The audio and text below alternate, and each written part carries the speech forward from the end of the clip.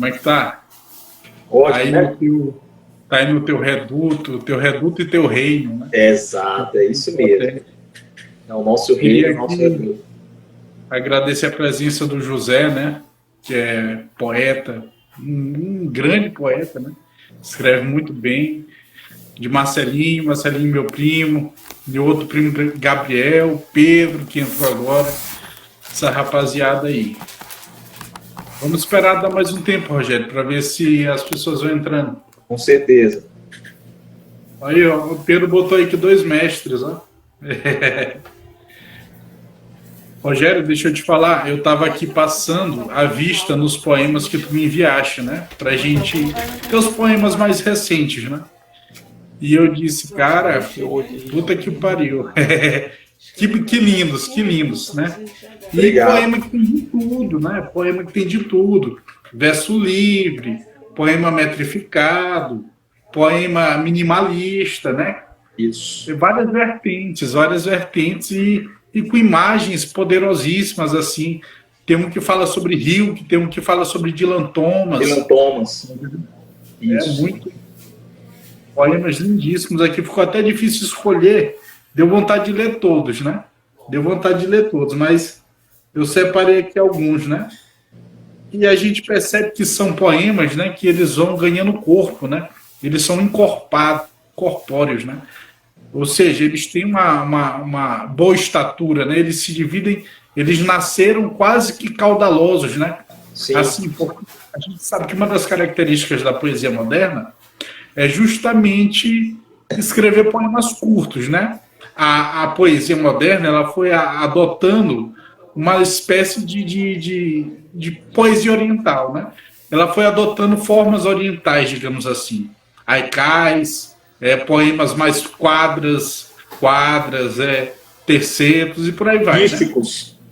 Dísticos. Dísticos, que o Carvalho Júnior gostava tanto de Gostava dísticos, né? muito, né? Fez até um livro Gostava chamado A muito. Dança dos Dísticos, né? A dança dos dísticos. O Carvalho é referência, né? Porque o Carvalho nunca vai morrer. Queria agradecer aqui a presença do meu querido conterrâneo santarritense, Neurivan, Neurivan. que grande poeta também, um poeta estupendo. E hoje eu me vacinei aí em Santa Rita. Olha só Eu que falo de coisa. vida aqui com os amigos. Aqui minha prima entrou também. A gente foi se vacinar, tomamos a AstraZeneca, né? Primeira dose. Que bom, que Eu tô bom, que aqui. bom. Felizmente eu não tive nenhum efeito colateral, não tive fraqueza, não tive Melhor febre, não tive ainda. nada. Melhor Nenhum tipo ainda. de ânsia. Né? Isso é muito bom. Tu Arthur, sobre. quero dizer aí sobre o Neurivan, já saudando todas as pessoas que estão começando a chegar aqui, dessa nova geração de poetas. É um dos que eu mais gosto de ler. Eu não sou muito, eu sou um pouco chato para alguns. Poetas recentes. Não é uma ojeriza nem nada, não, mas é aquela questão de uma certa seletividade que a gente tem, né? O Neurivan tem aquele livro belíssimo dele, o Lume, né? Sim, O Lume é um livro muito lindo, Palavras Sonâmbulas. Agora ele escreveu Minha Estampa é da Cor do Tempo, né? Salvo engano, é esse o título. Um livro muito bonito, artesanalmente muito bonito, saiu com capa dura, né? Muito, muito bonito. E, pois muito do que ele escreve, assim, me agrada por demais. Tanto a forma quanto o conteúdo, as escolhas. Então, é um daqueles poetas que vale a pena você ler. Né? Certo? Você tem que contar essa geração que eu digo assim, dos últimos 20 anos, 10 anos, 15 anos para cá. Muito bom. Produção muito boa. Ele escreve também para criança, né? Ele tem As Aventuras do Jovem Poeta. Aqui em casa a gente já leu algumas coisas dele e tal, das Aventuras do Jovem Poeta. E ele me confessou certa vez que tinha mais repercussão entre o público infantil do que entre o público adulto, né?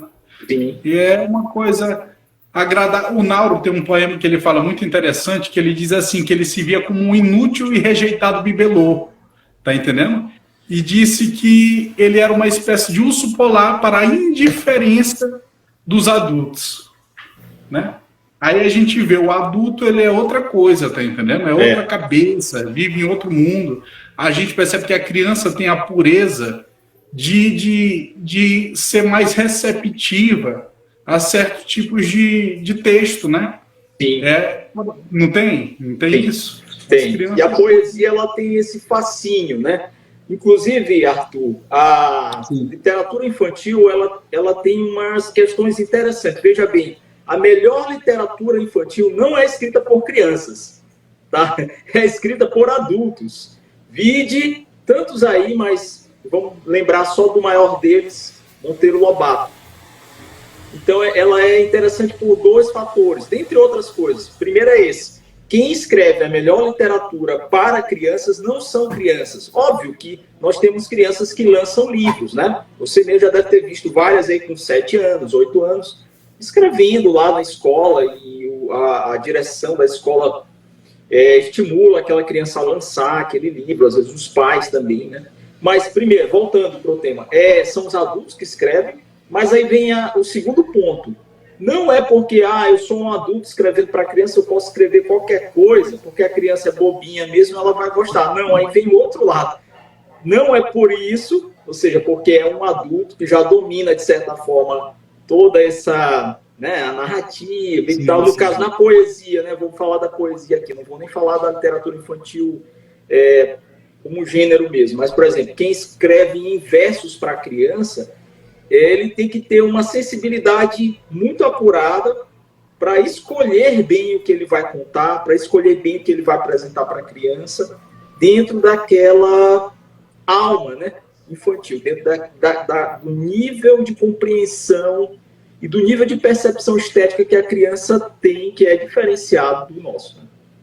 Claro, é verdade. E, cara, o Monteiro Lobato não escreveu nada que se possa dizer, meu Deus, ele escreveu isso aqui é uma porcaria.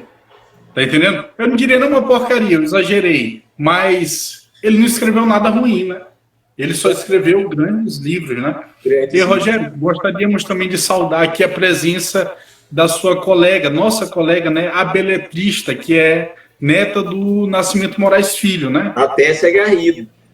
Tessia Garrido, certo? Eu tenho até uma curiosidade muito interessante, ela pode até falar para a gente aqui, que eu li nos anais do jornalismo aqui de São Luís, um fato muito curioso, que o Goulart, quando precisou ir embora para o Rio de Janeiro, ele pediu emprestado, o avô dela foi quem emprestou o dinheiro para ele poder viajar. Eu não sei se ela conhece essa história. O avô dela que bancou a passagem do Goulart para o Rio de Janeiro, muito importante, né? É só uma curiosidade. Ou seja, ele fez um bem enorme à literatura brasileira. Esse dinheiro aí, ele pode dizer assim, não, meu querido, nem quero de volta, foi muito bem emprestado. Eu só dei à literatura brasileira um dos maiores poetas que ela já teve. Certo. Com certeza. Pô, o Goulart é inesquecível, tem poemas fantásticos. Ela disse aqui que lembra. Ela disse aqui, ó, meu avô bancou muitos colegas nessa época. E eu preciso ler mais. Eu sou um amante da literatura maranhense. Sempre dou o maior apoio para as pessoas que escrevem aqui, seja aos que estão começando, e sempre dou muito crédito e valor aos que já têm renome. Mas, assim, eu vou ter que admitir que peco um tanto na obra do Nascimento Moraes Filho. Tem que conhecer mais, tem que ir a fundo. Se a neta dele puder falar aqui para a gente como conseguir esses livros, né, do avô dela, eu ficaria muito contente, porque tenho muita vontade de ler. É Natessia, né? Desculpa. Natessia, certo. Inclusive, a Natessia acabou de lançar um livro, acho que é o primeiro de poemas dela, né? Que eu já tenho, já adquiri o meu com o autógrafo dela, e já li. Eu li assim em menos de 20 minutos. Não foi uma leitura dinâmica, veja bem, foi uma leitura concentrada, e como o livro dela é bem curtinho, a gente consegue fazer isso. Aí depois eu vou reler. Mas futuramente vai ter um comentário aí sobre esse primeiro livro. Ah, maravilha. Qual é o título, Rogério? Aí, Desculpa. Poesia em Três Poesia em Tempos, Três né? Tempos. Muita sensibilidade. Eu não vou adiantar mais nada, assim, porque tem outras questões. Mas é um livro bem interessante. Vou correr atrás desse livro dela aí, para dar uma lida, para a gente poder também comentar algo por aqui, né? Que é uma injustiça. E eu consegui também, pelas mãos dela, o livro do avô, né? Do Nascimento Moraes. Pessoa maravilhosa. Deve ter sido um... Deve não, com certeza foi um grande ser humano, né? De um grande coração, o Nascimento. Então, Rogério, aqui não tem quanto tempo, curioso. Olha, o Neurivan está falando, curiosamente, hoje à tarde estava pesquisando sobre a anatécia. Veja só, como diria nosso amigo Clay, é sincronicidade total. Sincronicidade. A gente trabalha aqui com essa questão cósmica, com essa ordem cósmica da sincronicidade. Nós acreditamos muito nisso, né? Na sincronicidade. Porque a gente acredita nessa questão de que há uma força, né, que pretende, de fato, nos unir. E nos une para o bem. Nos une, com certeza. Não tenha dúvida disso. Tu estás aí com teu vinho, né? Em português, para poder lembrar da terra de onde vem alguns dos maiores escritores do mundo. Portugal. Certo. Nossa pátria-mãe, né? Lembra até o Baudelaire, né? O Baudelaire que escreveu um livro todo sobre vinhos, né? Poema do Achixe, né? Ele falou sobre vários... do mal que ele dedicou, poemas do vinho. Sim, eu tenho esse livro. Muito interessante, muito interessante. Diga se tu tens aí? Tenho uma edição bem antiga, fina, assim. Certo. É muito bonito mesmo. O Baudelaire é um grande pensador, né? Sim. Ele já chega revolucionando com essa questão do satanismo. Ninguém esperava isso, tá entendendo? Ninguém esperava isso. E ele chega, de repente, ali na situação, no espaço-tempo dele, que era viver numa Paris, onde a população crescia desordenadamente, né? De repente o poeta se viu um tanto acuado, né? Se viu um tanto ali oprimido por esse crescimento desordenado, indústria e tudo, e ele, como uma forma de desabafo, cria esse digamos, esse saco de Valpurgis, né? Como diz o Goethe, esse é onde ele vomitou, ele cria um satanismo, né? Quase que não é um satanismo gratuito, que não é gratuito, não é irrefletido, né, Rogério? Não. Percebe-se que não é irrefletido. Ele tem uma reflexão profunda. Ele quer mostrar, de certa forma, esse lado mais obscuro da personalidade humana. Da alma humana. Ele quer mostrar esse lado obscuro, esse lado melancólico. Tá entendendo? Mas o livro, quem lê As Flores do Mal, vê que é um livro de potência imagética, assim, riquíssima, né? As imagens que ele evoca nas Flores do Mal, para mim, é divino, né? É divino. Tanto que tem muita coisa, e inclusive é interessante falar isso, o Raimundo Correia traduziu o grande mestre dele, que é o Théophile Gautier, né? Gautier, né? Que é a quem ele dedicou As Flores do Mal. Então, vamos lá. Vamos começar, porque a gente ainda tem que ler nossos poemas. Queria saudar também minha prima Débora, que acabou de entrar. Maravilha. Eu começo ou você começa? Pode começar, por gentileza. Posso começar? Pode sim. Espera aí, só um instante. Tem aqui Uma Valsa para Rilke. Esse poema é... Só o título já... Uma Valsa para Rilke. Lindo, lindo, lindo. Rilke é um poeta grandiosíssimo. Rilke eu conheci por causa de Martin Heidegger, meu mestre, né? Foi, né? Filosofia. Inclusive, a minha monografia foi feita em cima de uma temática da obra de Martin Heidegger. Mas, falando em poesia, como ele citava muito Rilke, na época eu busquei ler Rilke por causa da minha leitura em Heidegger. Rilke é fantástico, né?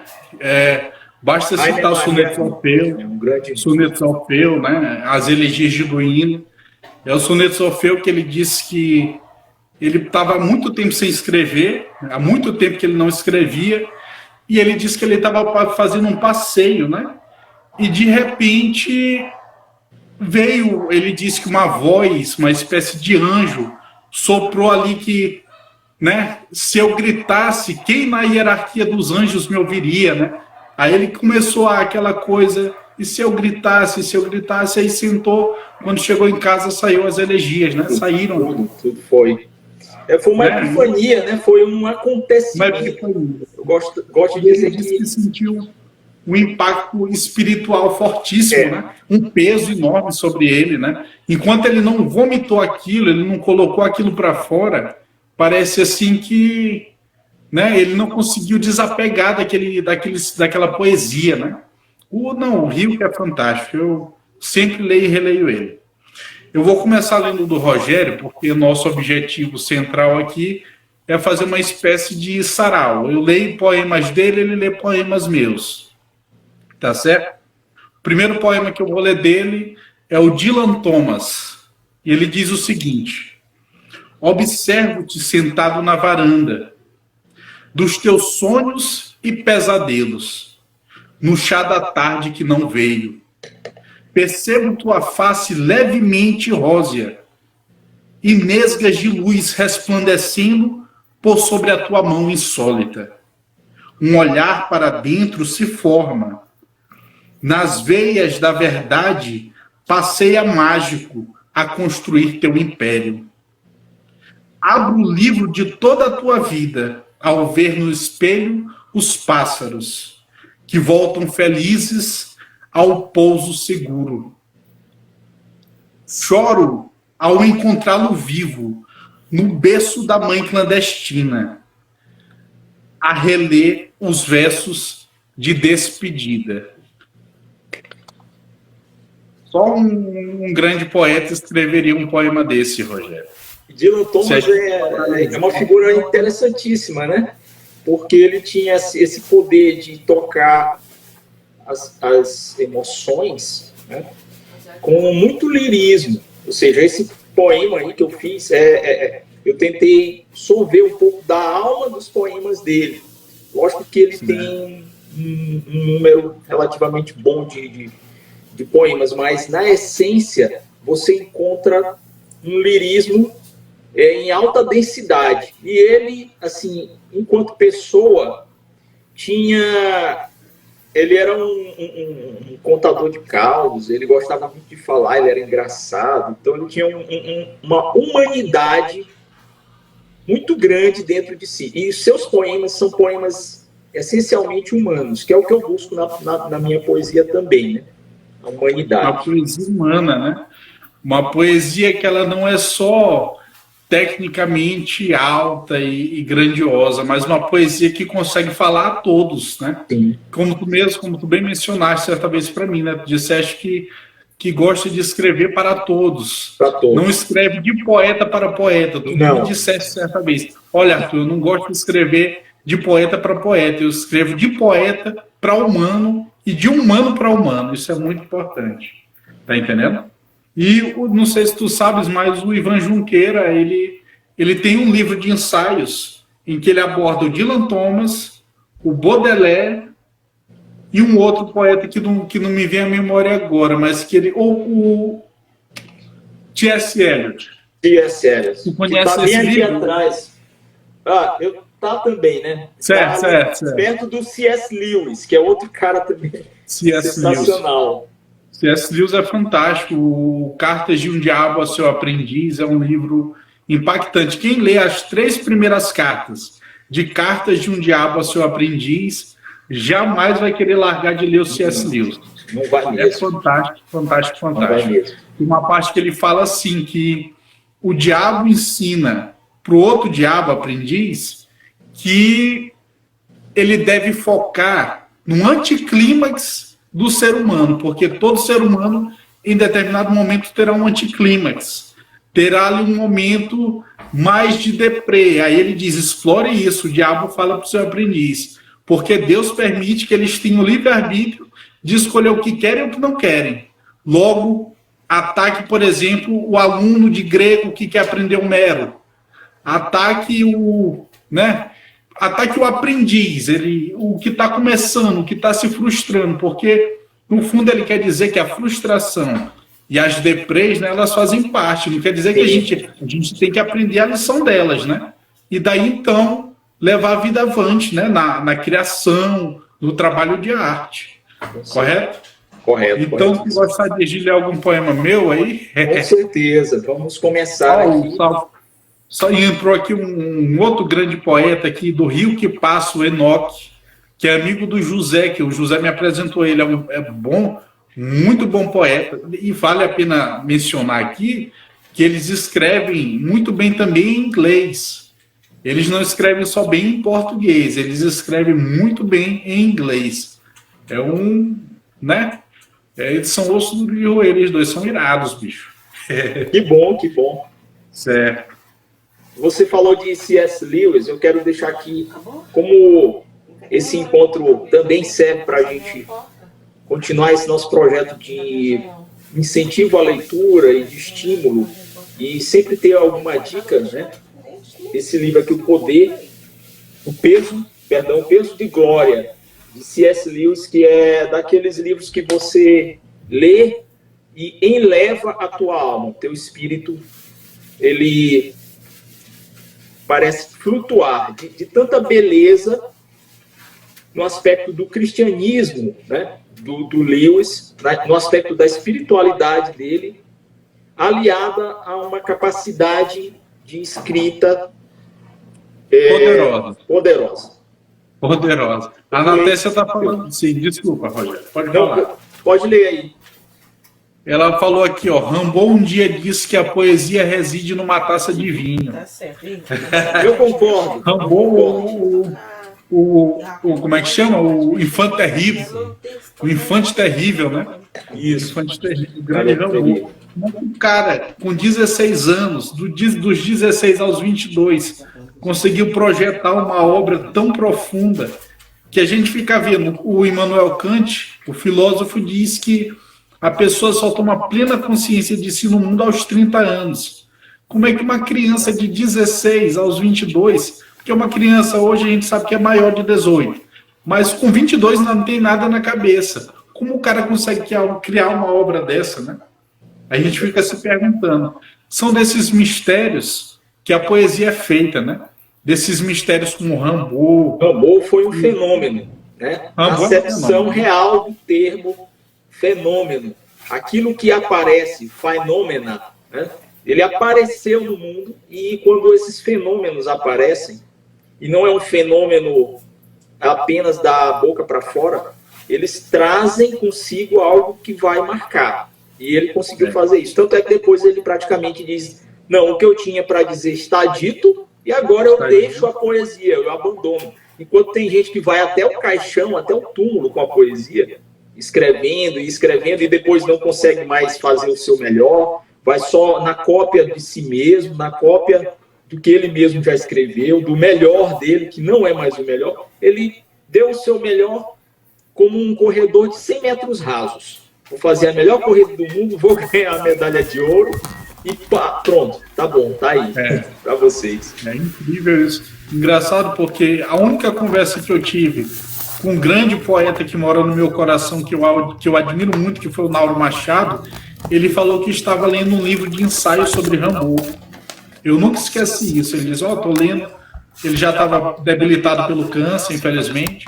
Tinha perdido muito peso, e ele falou, olha, eu estou lendo um livro ainda, porque Nauro lutou bastante, né? Olha, 3 dias antes de falecer, ele continuou escrevendo poesia. Continuou lutando, era um vício, né?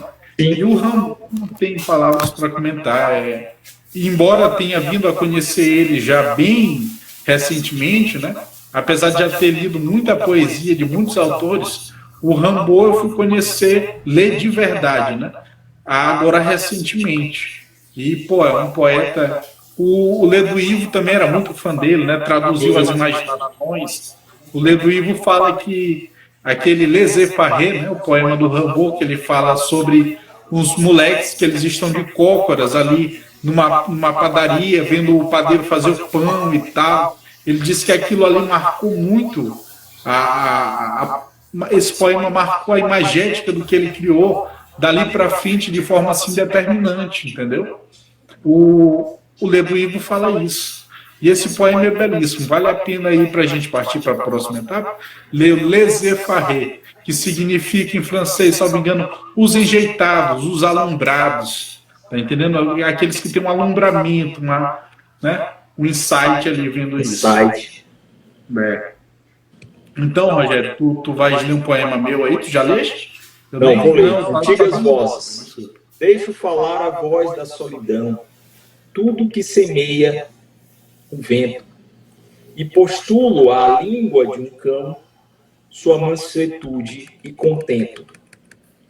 Deixo falar a voz de um pilão, que triture a infância o tempo, toda a vasta mão de um sótão, guardando um Deus unguento.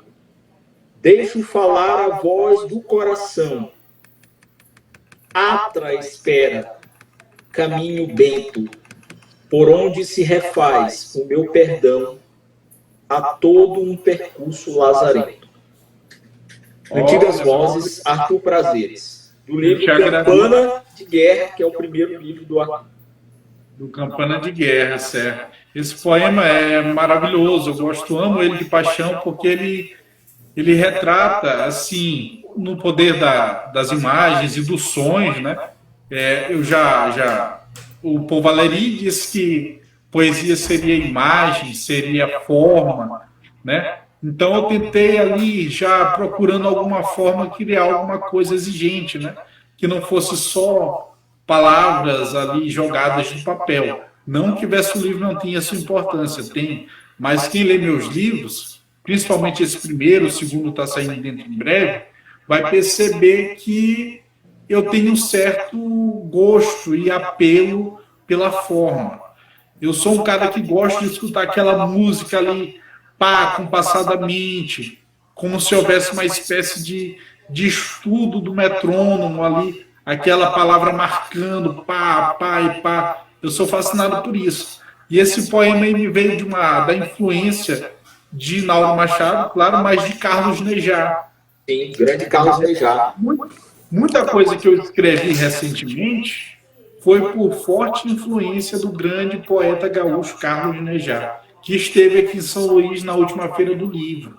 Um homem de um conhecimento vastíssimo, e não só isso, né? De uma poesia viva, de uma poesia vivaz, de uma poesia que tem sangue, tá entendendo? Todos os livros dele que você vai ler. Célesis é um livro belíssimo, o primeiro livro dele. Silbion é um livro magnífico. Foi relançado também agora, recentemente, acho que está fazendo aniversário de carreira, né? Acho que anos aí. E aí ele resolveu relançar esses dois livros que você falou, acho que foram relançados, salvo engano. Foram relançados ultimamente. E tem também o Campeador e o Vento, que título maravilhoso. O Campeador e o Vento, que ele fala da relação, porque para ele, quando algo de grandioso está nascendo ou está acontecendo, é porque está ventando, tá entendendo? Tem o vento, a presença dos elementos do campeador com o cavalo, com a luz, com a terra, tá entendendo? Com todos esses elementos é um livro belíssimo. O Nejar ele é um poeta telúrico também, não é? Voltado, sim. Ligado também à poesia muito forte com a terra, né? Com pampa, né? Com pampa, com a imagem de pampa. Ele é um poeta, como ele mesmo diz, ele é um Dom Quixote dos Pampas, né? Isso. Uma espécie de homem que inventou muita coisa maravilhosa. Olha, eu recomendo que leiam A Idade da Noite e a Idade da Aurora, que são a poesia reunida dele, maravilhosa, só coisas divinas. E eu vou ler aqui o segundo poema do Rogério, tá? Posso ler, Rogério? Pode sim. Vamos lá. Sentado, com os pés no chão, a areia molhada ainda espuma. Enquanto aos mortos digo não, recolho as contas, uma a uma. Sem frio, apenas o sol queima. Estou livre do medo das dores. Passeio em nuvens sem teima. Percebo as formas e as cores. Em espírito, Subo e contemplo arredores de flores e plumas, bálsamos de um raro templo, de memórias que avolumas. A voz de outrora já emudece, e na glória do dia se apruma. Até quando nada acontece, eu sonho na praia da bruma. A gente percebe aí, Rogério, já o trabalho, né, de métrica impecável, né? Um Sim. trabalho de métrica riquíssimo e de sonoridade também, de rima, maravilhoso, um poema maravilhoso. Vai estar no teu segundo livro esse? Esse poema é do livro A Linguagem da Ausência, que deve ser lançado no próximo ano. Ele já está praticamente todo pronto, assim, os poemas que vão entrar no livro já estão prontos. E são todos inéditos, inéditos mesmo, né? O meu primeiro livro, para quem não sabe, é sempre bom lembrar, ele era formado por poemas inéditos, mas eram poemas de várias épocas, né? Ou seja, tinha coisas já de percurso, né?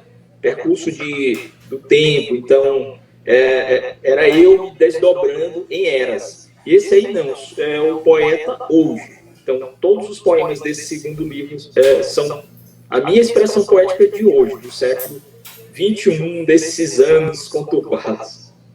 Certo. E eu posso falar, por conhecimento de causa, por ser amigo do Rogério também, que a poesia dele só veio sendo enriquecida através de um depuramento, de um expurgo, de um trabalho constante, através desses 4, 5 anos que já nos conhecemos, e que ele decidiu se entregar também de corpo e alma ao estudo da poesia.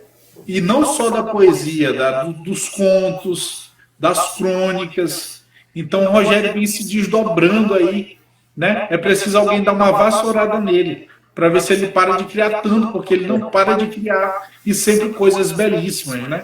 Isso é maravilhoso. Lembra meu grande mestre Nauro, que também sempre escrevia muito, e o Rogério escreve muito de tudo. Ele sente e sai, isso é maravilhoso. Quando acontece, o poeta fica nas nuvens, porque não existe nada mais gostoso do que escrever um poema. Tá entendendo? Pra gente, quando a gente escreve aquilo ali que vem, que ninguém sabe o que é, inominável, não se sabe definir, e vem aquela energia que a gente consegue passar para o papel, numa cartaz, numa espécie assim, de vômito, e a gente desconfia que aquilo ficou bom e que vai alimentar e enriquecer a vida dos outros, é maravilhoso. E o Rogério é uma é a principal, dentre outros amigos, de causa que me faz escrever poesia hoje. É porque ele me pegou pela gola e diz, tu tens qualidade, não deixe de escrever, não deixe de estudar. Então é por isso que eu convidei ele aqui para a gente dividir essas experiências, né, Rogério? Tu sempre me incentiva, né?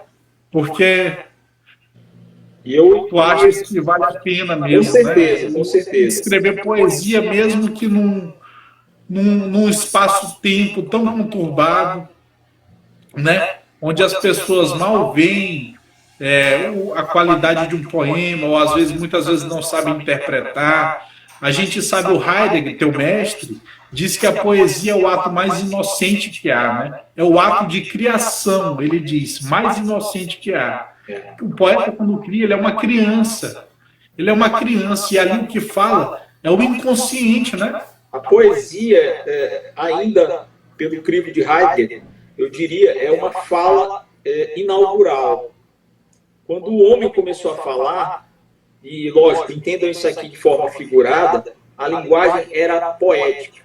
Depois é que nós encontramos instrumentalidade do racional, para transformar uma fala de fundamento, ou seja, uma fala de inauguração, uma fala mais próxima do natural do que é pensar, em fala técnica, em fala aprumada em cima de fundamentos quase matemáticos, numa racionalização da linguagem. Então, a poesia, por vezes, ela vai tocar esses outros planos, né? O plano do inconsciente, por exemplo. Na minha criação, eu trabalho muito com o processo do inconsciente. Inclusive, é algo que as pessoas não se dão conta, mas que está muito presente no processo de criação artística. E literário também. Nem tudo aquilo que a gente faz e aquilo que a gente promove enquanto escrita vem de um plano como um engenheiro, ou como um matemático, ou como um estatístico. Não. Lógico que nós podemos pensar em cima daquilo que nós escrevemos. Nós podemos mensurar, nós podemos refazer e modificar. Mas a essência da coisa, pelo menos para mim, é trabalhar, lógico, com a ideia, com um balanço entre a razão e a sensibilidade. E no plano da sensibilidade, abrir as portas do inconsciente. Porque muito do que está nele lá trancado vai se transformar em algo a ser dito. E aí você pode encontrar esse belo em coisas que surgem e que você não planejou. Eu não sentei e disse agora eu vou escrever um poema que vai começar assim, vai ter o meio assim e vai terminar assim. Não, eu vou escrever, eu vou deixar com que o poema me escreva. E eu vou escrever o poema que quer que eu seja esse portador daquele dito, daquele dizer, daquele aparecer, daquele fenômeno gráfico que vem de uma emoção, que vem de algo guardado que eu não sei onde estava, muitas vezes, e que vem também, lógico, de um fruto de um trabalho de razão, mas tem que ter esse balanço entre a razão e a sensibilidade.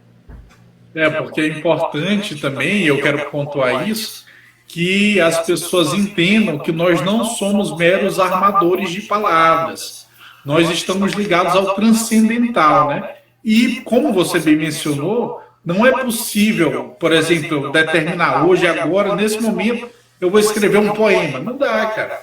Eles vêm, eles surgem, eles são fluidos, é uma energia fluida. De onde ela vem, ninguém sabe. E é esse mistério que alimenta a poesia. E eu digo sempre para Rogério, quando eu leio tua poesia, eu percebo que tu és um poeta, e eu quero pontuar isso também, que sabe sentir o que sente. Tá entendendo? Rogério sabe sentir o que sente. Poucas pessoas sabem sentir o que sente, o que sentem. Por exemplo, se me vem uma angústia, a minha primeira reação será o quê? Espantar logo de cara, né? Tá entendendo? Mas o que mestre Heidegger diz pra gente? Que é através da angústia que a gente consegue, por exemplo, criar um fluxo poético. Correto? Então, através desse fluxo de angústia, tá entendendo? Ou seja, é preciso saber sentir tudo. Não é que a gente vai ficar flertando com angústia, meu Deus, eu agora vou ser um homem angustiado, para baixo, derrotista, não é nada disso. Mas é o fato de que a angústia é potência criadora. E Rogério, ele sabe sentir uma espécie de tristeza, de angústia do ser no mundo, e enquanto ser angustiado, ainda que temporariamente, ele sabe criar e sentir aquilo. Por isso que eu digo, Rogério, tu sabe sentir o que sente. E poucas pessoas sabem sentir o que sentem, né? Então, vamos lá, vamos dar seguimento aí. É minha vez de ler, né, Rogério? É a tua? É a minha. Vou ler um poema teu chamado Força das Águas. Eu gosto muito desse. Um Campana de Guerra, eu também gosto. Eu gosto muito desse, maravilhoso. Ele é assim. Lembrei-me da força das águas, pânica força a levar dias, anos. De Eurídice os cabelos, fráguas, toda morta flor dos desenganos. Deitei-me na areia das mágoas, nas minhas e tuas, parvos planos, onde a feral torrente das águas nos levou às nuvens de tantos. A tu prazeres, a força das águas. Valeu, esse poema é maravilhoso e é aquela questão que a gente estava falando, é um jogo de inconsciente. Quem bem lê esse poema sabe que ele é um jogo de inconsciente, né? Porque o que é o inconsciente? É aquela coisa que vem quando a gente está quase que em estado de semissono ou num estado assim, de delírio poético. Então vem o inconsciente e a gente escreve. Ou seja, uma vez eu falei tive a coragem de ligar para o Ferreira Goulart e a gente teve uma pequena conversa e eu disse, poeta, o que o senhor quis dizer com viva a pré-história de mim? Ele fala isso num poema do livro Muitas Vozes. Aí ele disse assim, isso eu não sei dizer. É que eu estou antes da história. Tá entendendo? Ali eu deduzi o que era coisa. Nem tudo que o poeta diz tem que ter lógica, tem que ter razão, tem que ter essa coisa de estar ligada a uma explicação. Muitas vezes o que o poeta quer dizer é mais voltado, como disse a Clarice Lispector, para o sentir, para o sentimento, entendeu? Não é uma coisa que a gente vai escrever para uma redutibilidade ao racional, né? Reduzindo aquilo a uma explicação. Poesia é maravilhoso por isso, né? Porque é indecifrável e a gente fica, né, nessa questão da criação, vivenciando essa potência criativa. Eu sempre agradeço a Deus por isso, porque eu sinto a enorme alegria. Todos os que me conhecem eu falo isso. Vivo a enorme alegria de ser poeta. Vivo a enorme alegria de poder sentir o prazer a cada palavra. Eu sou um poeta que minha leitura ela é muito morosa. Isso poderia chatear até, se eu fosse ler em voz alta, na minha forma de ler, chatearia com certeza quem está do lado. Porque eu escrevo de forma muito morosa e eu leio de forma muito morosa também. Eu leio devagar, compassadamente, eu saboreio, eu volto para saborear a palavra anterior, aí eu dou um pulo, volto de novo. E eu sinto sempre um enorme prazer. Daí o fato de que eu penso assim, que a vida tem seu quê de paraíso. A vida também é um paraíso. Embora muita gente queira botar na cabeça da gente hoje em dia, que a vida é uma coisa assim, tem é um caos, você vai perder tempo. Muitas vezes a gente recebe as pessoas abordando, por exemplo, um escritor como Albert Camus, de uma forma muito equivocada, né? Assim, querendo pegar o lado mais, digamos assim, do absurdo, do suicídio, e não falam dos pontos positivos do Albert Camus, tá entendendo? E cria toda uma filosofia, na minha interpretação, altamente pessimista e negativista, mas que ainda não demonstra o potencial criativo e o lado bom desses escritores, entendeu? O que tu terias a nos dizer aí, Rogério? Com certeza, eu acho que nesse caso que você cita o Camus, ele usou do absurdo para ser uma ponte para chegar em outro lugar, e para mostrar isso que você está dizendo. Ele fez escolha pelo absurdo das histórias que ele contou, dos personagens ou das personagens que ele criou, das tramas que ele trouxe para a literatura mundial, a literatura francesa, com essa finalidade última, ou seja, no fim das contas, ao ler todo aquele absurdo em que estavam imersos, né, submersos, encravados os personagens e as situações que são humanas, demasiadamente humanas, ou seja, qualquer um poderia cair naqueles fios, né? Ele quer mostrar para a gente que no final a vida pulsa fortemente. Muitos daqueles personagens pulsam fortemente, mesmo falando da morte, mesmo falando da peste, mesmo falando do homem revoltado, mesmo falando do Sísifo com a centralidade da questão do suicídio. Mas não é para dizer assim, olha, suicidem-se. Não, é para dizer vivam. Vivam. Vivam. É assim que eu entendo o Camus também. É assim que eu entendo o Camus, como uma espécie de potência de alegria, né?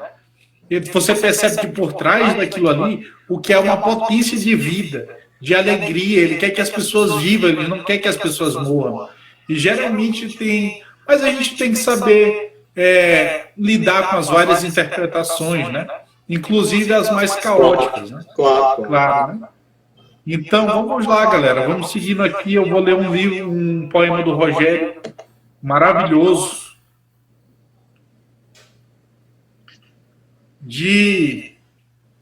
Peraí, só um instante. Arthur, depois também dá uma lidinha aí nos comentários. O pessoal está falando. Tá falando aqui? A respeito do que a gente já falou. Peraí, só um instante. Eu não para mim não apareceu aqui. Eu vou só um instante, pessoal. Vou lendo aqui com calma. Olha, na Pérsia falou aqui, a poesia segue uma deslógica. O percurso da leitura passa pelo próprio corpo. Olha, o Enoque também comentou aqui que tem uma poesia, uma poetisa aqui entre nós, a Areli. Desculpa se não tiver certa pronúncia, tá?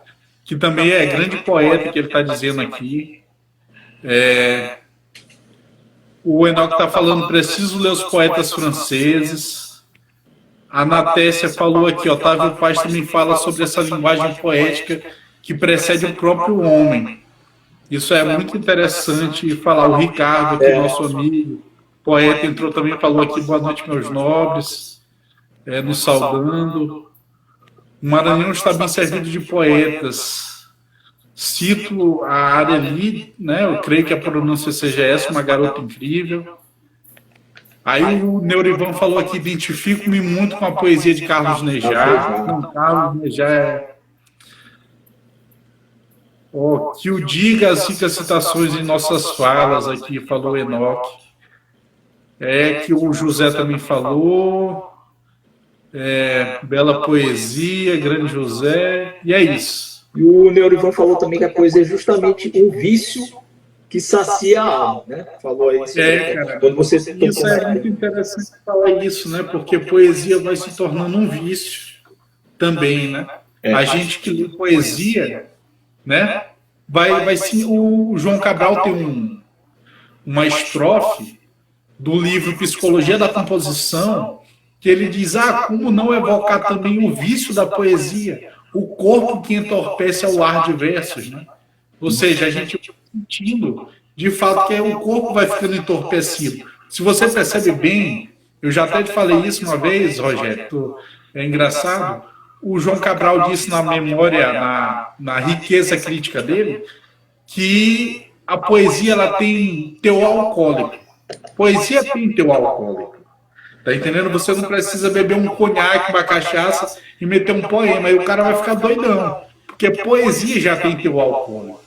Daí o fato de que, por exemplo... Alta octanagem. E também tem às vezes também tem uma capacidade explosiva. Claro, é verdade.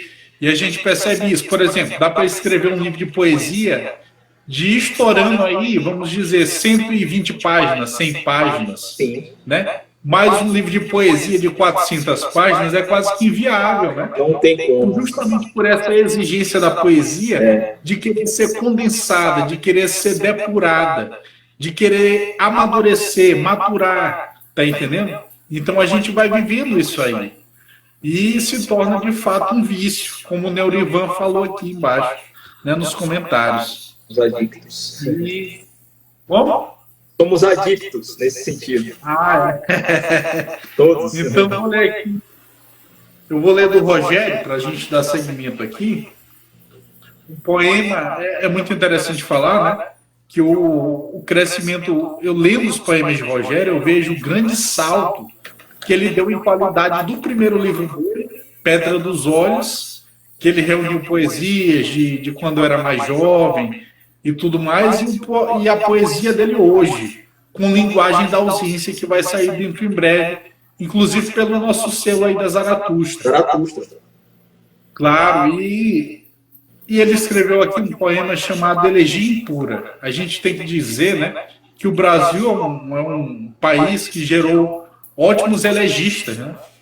O Carlos Drummond de Andrade tem um poema muito bonito de O Fazendeiro do Ar, chamado Elegia, que ele diz assim, ele fala mais ou menos o seguinte, meu Deus e meu conflito, né?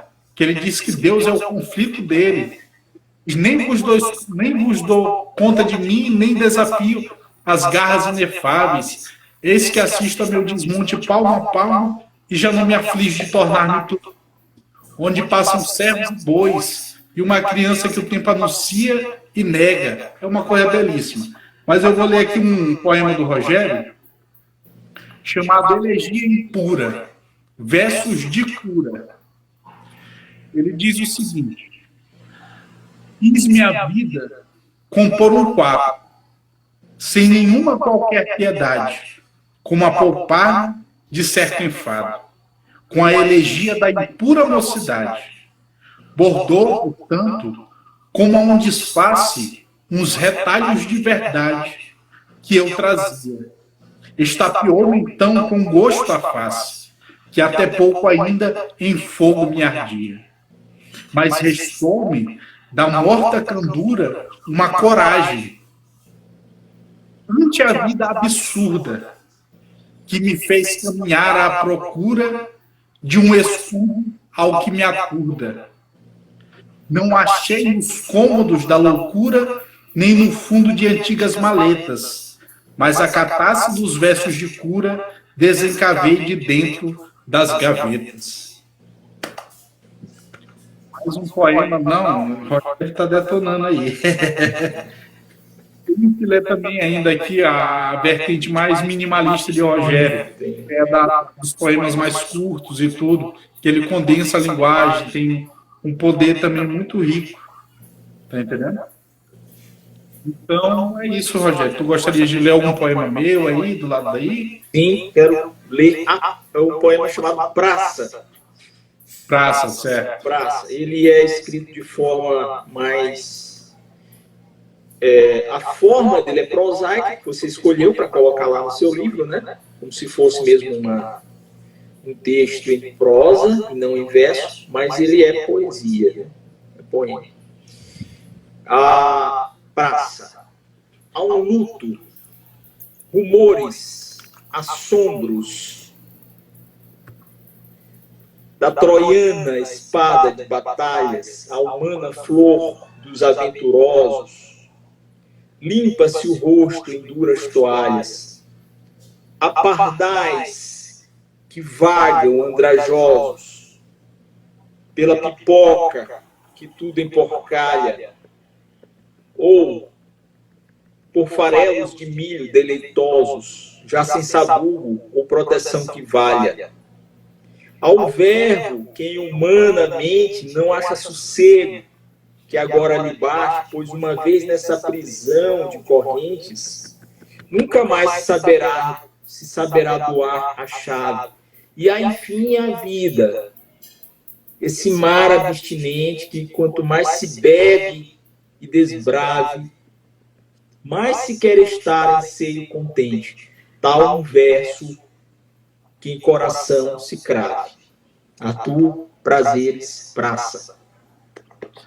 Valeu, mestre. Olha aqui, ó. Muito obrigado, muito obrigado. A Natécia está falando isso porque os senhores não bebem o que os românticos bebiam, absinto. Eu bebo vinho. Agora, eu já bebi absinto, tive essa experiência uma vez na vida, e realmente a fada verde, né, como eles chamavam, é um negócio muito, muito louco. Eu acho que realmente, para a época, era uma forma de liberação do inconsciente também, né, liberação da mente, lógico, cada pessoa faria uso para uma finalidade, mas para os poetas e aqueles que faziam parte dos círculos literários, deveria ser um grande combustível para, como eu diria, para potencializar, né, a criatividade, para potencializar a criatividade. Agora, óbvio, é bem pesado, né? É um negócio bem pesado mesmo. Certo. Com certeza. E eu sou apaixonado pelos poetas românticos. Tem muita gente que, ó, o José botou aqui, mar abstinente. Com certeza tem uma influência de Naura aí, né? Com certeza. E os românticos são maravilhosos, né? Sousa Andrade é um poeta romântico, né? Enquadraram ele na segunda geração do romantismo, mas ele de romântico tem quase... É romântico, mas também é muito mais do que isso, né? É um poeta que de cortes cinematográficos no que escreve, de um experimentalismo linguístico muito não é? Um poeta de experimentalismo. Uma das marcas. Muita coisa, muita gente não entende o Sousa Andrade, né? Você percebe que a sintaxe dele é uma sintaxe de uma ordem meio arredia, e dentre outras questões que fazem dele. Eu tenho orgulho de pertencer a essa terra, de grandes poetas como Sousa Andrade, Gonçalves Dias, José Chagas, Bandeira Tribuzzi, que eu gosto muito, amo de paixão. Tem um poema belíssimo chamado A Flor de Pedra. Esse poema eu já até gravei, botei aqui. Olha, a Natécia botou: o Sousa Andrade foi um modernista. O Enoque falou aqui, também fez uns elogios, dizendo que o ritmo é perfeito, sensacional. A Ilza entrou aqui, botou muito bonito, só ouvindo o mestre. Ilza está aqui. É isso aí. Pouquíssimo entendido em sua época, está dizendo a Natécia. Tanto que ele diz aquela frase já um quanto batida, que ele seria entendido 50 anos depois, né? E a gente vê que não foram 50, foram um pouco mais, né? 60, 65, e quando saiu o texto crítico dos irmãos Campos, né? Que escreveu sobre o Sousa Andrade, o Augusto e o Haroldo, né? Isso. Falando sobre essas questões do... Desculpa, não. Desculpa, gente. Minha irmã entrou aqui perguntando se eu queria jantar. Desculpa. Eu leio sempre. Então, aqui para 1 hora de... Salvo engano, o Instagram ele corta a gente, Rogério. Em 1 hora, né?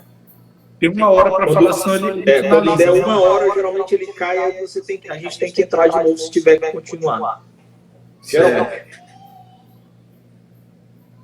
Eu estou procurando aqui um poema do Rogério. Eu vou ler agora A Cidade. Aí, Rogério, nós conversamos bastante, eu gostei muito da tua live. Nosso objetivo era falar 1 hora, né? Nós lemos, conversamos. Eu sou um cara assim que Rogério sabe disso, eu falo pouco, porque eu acho que a gente deve falar mais o essencial, e não adianta a gente ficar estendendo uma live aqui para estar enchendo linguiça, tá entendendo? Nós falamos o que deveria falar, de coração, de corpo e alma. Então, vamos lá, cara. Eu vou ler um poema teu, tu vais ler o meu, e a gente encerra, tá? Por hoje. Ok, tranquilo. Por hoje. Pode ser que a gente faça... Com certeza nós faremos outras lives, né? Para divulgar o nosso selo editorial. É importante que as pessoas contar com carinho dos amigos, tá entendendo? Porque a gente sabe que lançar poetas numa terra quase que de ninguém, né? Numa terra onde as coisas são difíceis demais, não é fácil. Eu e o Rogério, nós temos um plano de criar, já está registrado, nós temos uma empresa e que ainda não foi tão assim turbinada, né, por conta da pandemia, que nos atacou assim de forma inesperada. Então, a gente pede aí o apoio dos amigos que assistem, que seguem, que a gente vai tocar aí esse projeto e, com certeza, lançar belíssimos poetas, belíssimos ensaístas e ensaístas, mulheres, e quem mais vier aí que tenha qualidade, a gente vai lançar. Qualidade. Então, vou ler de Rogério para fechar A Cidade.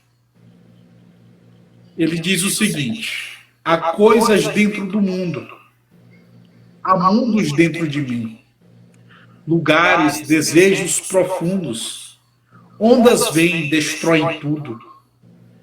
Há vidas em sítios imensos, margens cruzam espaços, dramas com finais densos, ilusões descartam pedaços. Nas manhãs subo aos céus, em partículas de alegria. Do fundo de mim é verdade, ainda brotam maravilhas. Nas cidades do além-cidade não existem mais barreiras, mas na minha vila absurda as cercas da vida inteira. A cidade um dia foi branda, hoje parece-me estranha. A meia morada em que vivo já foi um sutil paraíso. A cidade orbita em meus versos, na urbe dispersa me esqueço. Não foge de mim, entretanto, um constante recomeço. Cidade de desencantos, cidade de alegrias, das noites mais tenebrosas e das manhãs luzidias. Belíssimo, Rogério, belíssimo. Tua poesia vai alimentar ainda, vai ser cultivada por muita gente. Pode ser que não seja cultivada no momento, mas em breve, com certeza, terá seu efeito certo. O Pedro está falando oi aqui, meu cunhado. Eu acho que é trollagem deles que eles são moleque. Sim. Rogério, tu gostaria de ler algo meu para finalizar? Sim, vou ler Ao Poeta. Mas é só falar que esse tema, cidade, ele é uma constante na minha produção. Eu tenho vários poemas nos quais eu falo sobre a minha relação com a cidade, né? Tanto a cidade real, essa que a gente vê aí, na qual nós vivemos, quanto uma cidade imaginária, que é aquela que muita gente vê, né? Mas como o próprio nome já diz, não existe, que é a nossa cidade de São Luís. E eu não digo o nome da minha cidade. Nos meus poemas eu não digo, São Luís, tu és, não. Eu fujo do lugar comum dos poemas apologéticos. Então, fala de um não lugar. Eu falo de um não lugar que é, por acaso, a São Luís. E eu falo de uma São Luís que as pessoas não querem ver, que é uma cidade destruída, que é uma cidade que não vingou, que poderia ser mais bela do que poderia ser mais humana do que poderia ser mais acolhedora do que e não é. E eu prefiro viver nessa cidade real, dentro da minha poesia, a viver na cidade imaginária do lado de fora. As pessoas às vezes querem pintar com tintas algo que é cinza. Mas isso não quer dizer que eu não gosto da minha cidade, é apenas uma relação que eu desenvolvo com ela desde que eu comecei a escrever e que eu opto por essa relação. Você nunca vai ver num poema meu algo do tipo meramente apologético, dizendo, que cidade linda, maravilhosa, eu te amo, você é cheia de... Não, isso nunca vai acontecer. Por decisão própria e por uma relação que eu tenho com a cidade. Que é essa, para mim é a melhor e é a mais razoável. E é a que me traz mais satisfação ao escrever sobre ela. Não é porque eu não gosto da cidade, detalhe, né? Porque isso é sempre bom ressaltar. Mas é porque essa é a relação que eu desenvolvo com ela. É uma relação de certa ambiguidade e dual. E agora eu vou ler o teu poema, Ao Poeta. Certo. Para a gente Pode ler. E finalizar, né? Pra gente finalizar, certo. Você, ao poeta, espalha tuas asas, ó gigante, retendo em ti o prazer oco da forma, o torto ritmo e essa abolida norma de em régua captar o fugaz instante. Tuas são as horas, ó hierofante, que de mágicas palavras borda aquilo que deveria ser-te a corda, onde enforcar-se a cada parto instante. Detente sobre a linguagem dos pássaros, o que dizem agora entrincheirados entre estrelas, que são barris de pólvora. Será que falam em amargos passos a vida toda pelos mortos dados, as cruzes erguidas em algum Gólgota? Arthur Prazeres, Ao Poeta. Valeu, mestre.